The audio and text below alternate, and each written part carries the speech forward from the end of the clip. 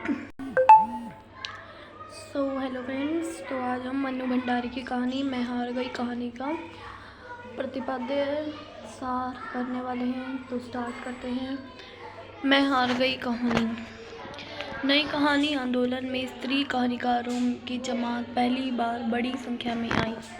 इस जमात में कृष्णा, सुबुद्धि, उषा प्रिय, यमदा आदि के साथ मन्नू भंडारी का नाम सर्वोपरि है। इन कथा लेखिकाओं ने देखते देखते ही हिंदी कहानी में स्त्री दुनिया की तस्वीर ही बदल डाली। उनकी कहानियों में स्त्री जीवन का वह अनुभव सामने आया जो इसके पहले नहीं था। इसी आरोपित आदर्श, विचारधारा आदि से संचालित होने की जगह इन स्त्री कहानीकारों की कहानी में स्त्री दुनिया का वह धारता सच था जो अब तक हिंदी पाठकों की आंखों से ओझल था।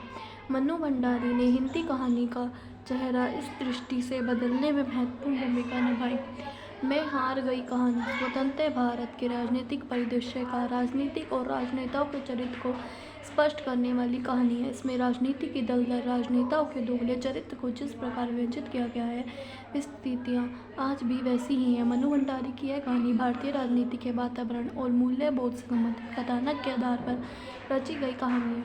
लेखिका एक कवि सम्मेलन में जाती है। माँ एक हास्य कवि अपनी कविता बेटे का भविष्य सुनाता है, जिसका भाव यह है कि एक पिता अपने बेटे के भविष्य का अनुमान लगाने के लिए उसके कमरे में एक अभिनेत्री की तस्वीर, एक शराब की बोतल और एक प्रति गीता की रख देता है और उसमें छुपकर खड़ा हो जाता है।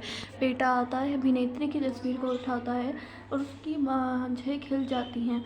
बड़ी हसरत से उसे वह सीने से लगा लेता है, चूमता है और रख देता है। उसके बाद शराब की बोतल से 2-4 घूंट पीता है। थोड़ी देर बाद मुंह पर अत्यंत गंभीरता के भाव लगाकर बगल में गीता दबाए वह बाहर निकलता है। बाप बेटे की इस करतूत को देखकर उसके भविष्य की घोषणा करता है, यह साला तो आजकल का नेता बनेगा।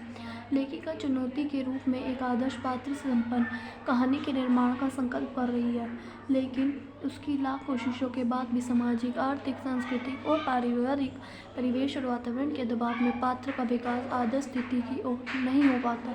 इस क्रम में अलग अलग परिस्थितियों में अपने आदर्श नेता को पैदा करती है। यह परिस्थितियाँ नेता का ही नहीं पूरे देश का साक्षात्कार करती है।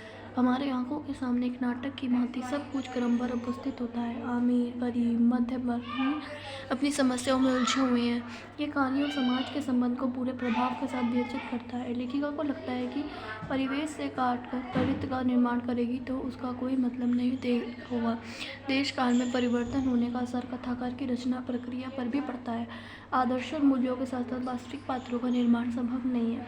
ऐसे पात्र अस्वाभाविक ही जान पड़ते हैं, लेकिन आज की सच्चाई पर रूबरू करते हैं।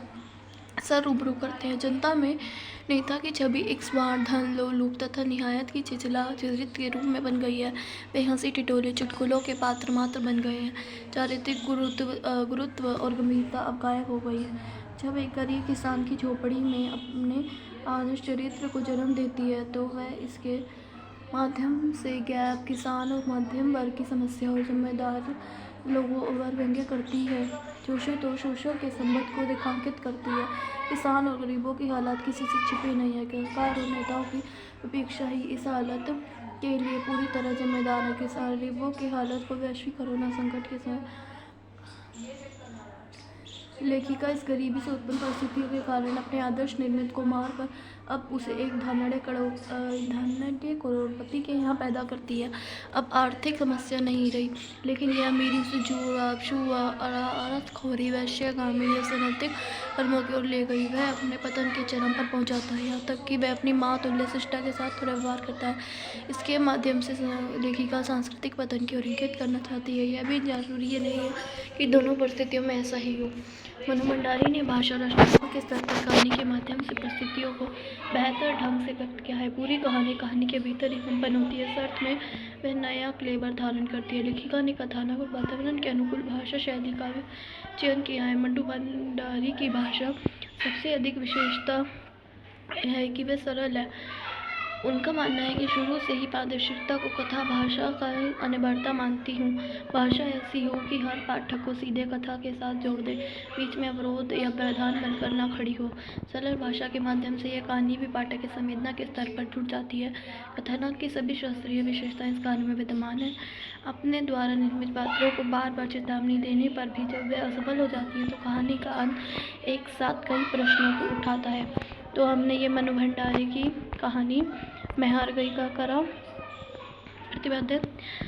तो अगर वीडियो पसंद आई है तो प्लीज़ वीडियो को लाइक शेयर एंड सब्सक्राइब कर दीजिए। Thank you. और वीडियोस के लिए प्लीज़ चैनल को लाइक शेयर एंड सब्सक्राइब।